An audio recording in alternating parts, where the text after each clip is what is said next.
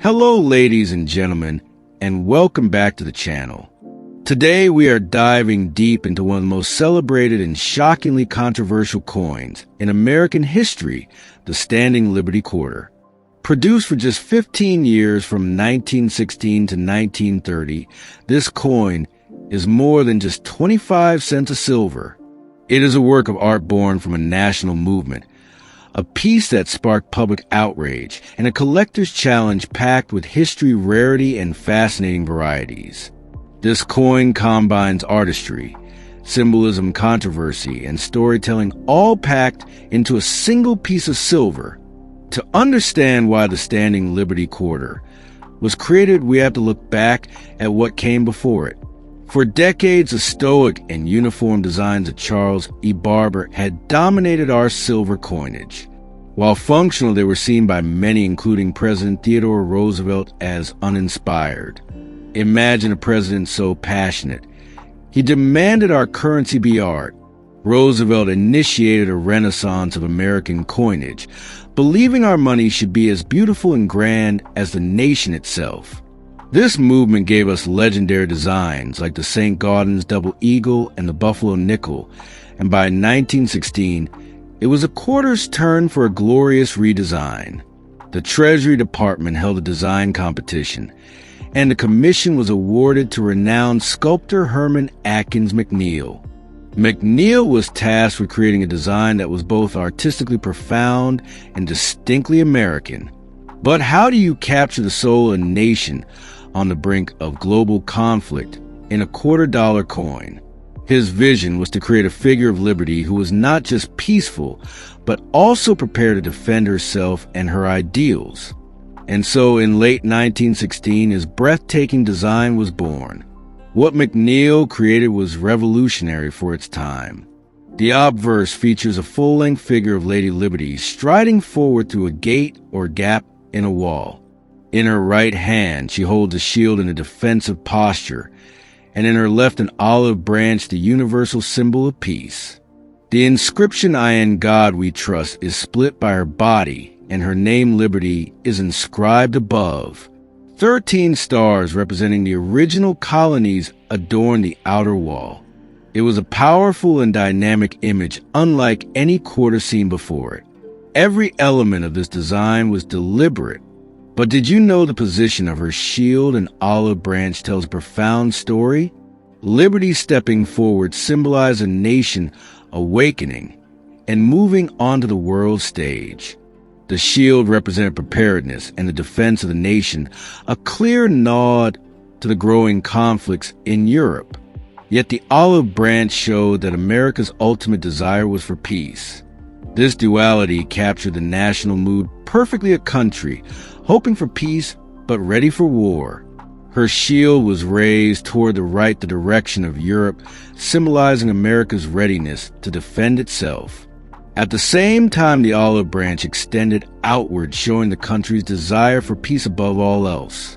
The reverse is just as masterful. And what an eagle it is! It features a majestic American eagle in full flight, soaring across the coin. This depiction of the eagle is considered by many numismatists to be one of the most graceful and powerful ever to appear on U.S. coinage. Above the eagle is United States of America and the motto E pluribus unum. Below, the denomination $quarter is clearly stated. Flanking the eagle are 13 stars, completing a design that is balanced, patriotic, and beautifully executed. The reverse was also slightly altered in Type 2. The eagle was raised higher, and the 13 stars were rearranged with 3 placed below the eagle.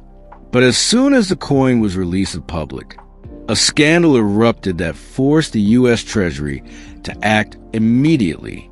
McNeil's original design featured Liberty with an exposed right breast in the classical Greco-Roman artistic tradition. However, the American public of 1917, influenced by Victorian-era morals, was not ready for this. Critics complained about the indecency of the design.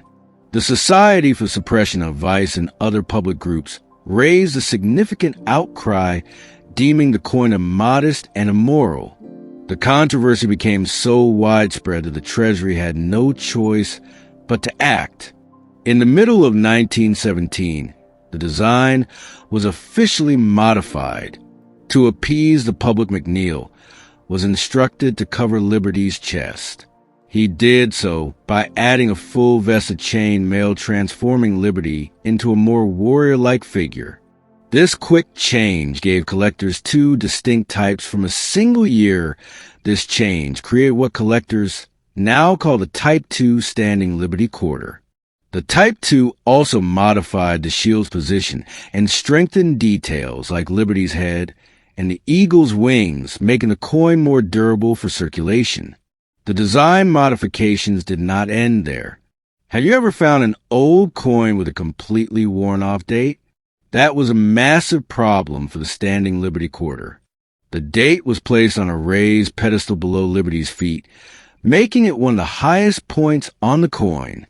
As a result, it was the first detail to wear away in circulation. This created a massive problem for both the public and for future collectors, resulting in millions of dateless Standing Liberty Quarters that are now only identifiable by their type. The Treasury finally addressed this issue in 1925. The design was modified one last time to create the Type III. The pedestal on which the date rested was recessed, sinking it below the rim and protecting it from circulation wear.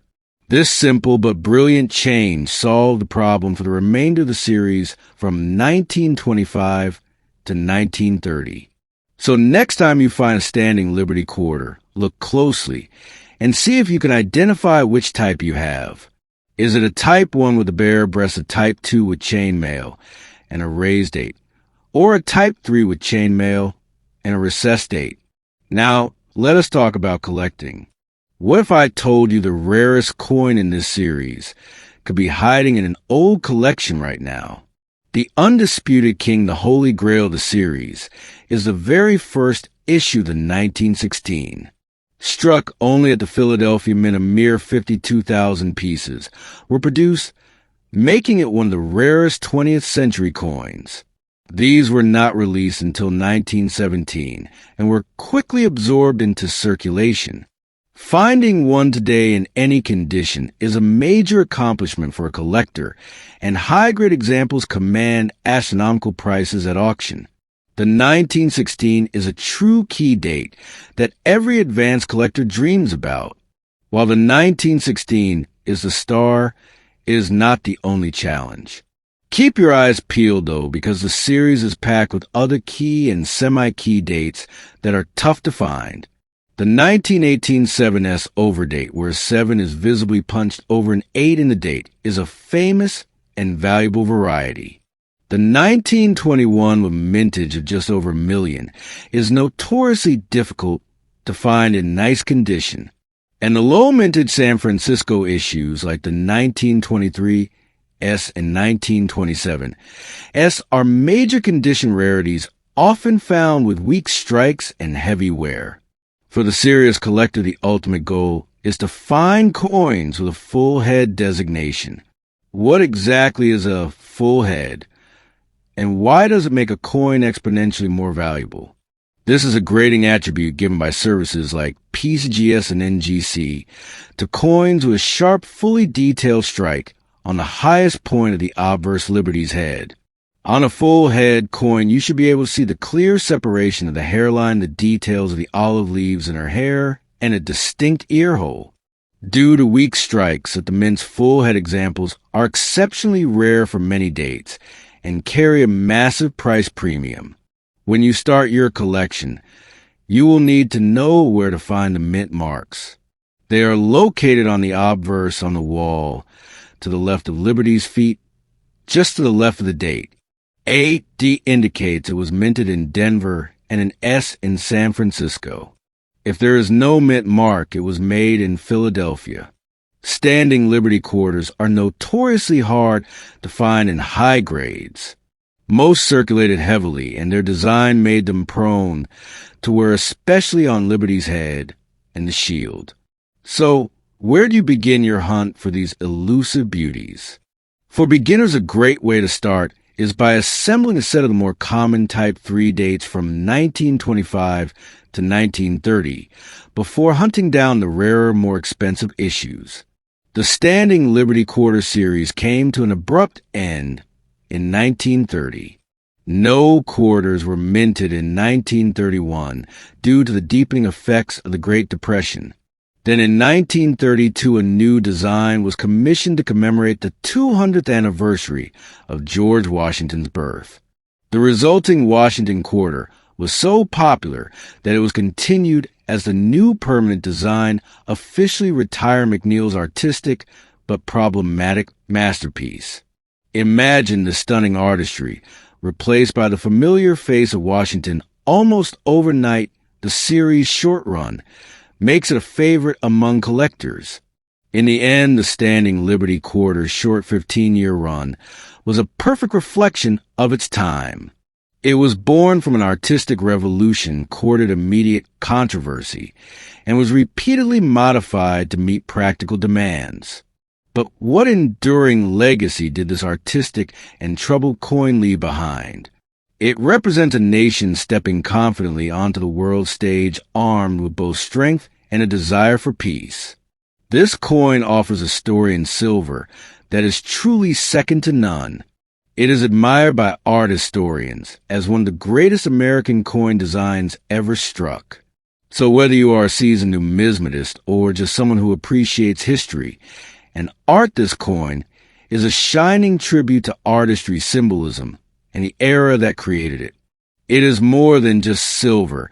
It is a little work of history that jingled in the pockets of Americans during one of the most transformative decades of the 20th century. Thank you for joining us on this deep dive into American coinage. The Standing Liberty Quarter is a masterpiece that continues to captivate collectors and historians alike. Which date or type from the Standing Liberty series fascinates you the most? Let us know in the comments below. Do not forget to like this video, share it with your friends, and subscribe to our channel for more amazing coin stories. Keep exploring, keep collecting, and we will see you next time.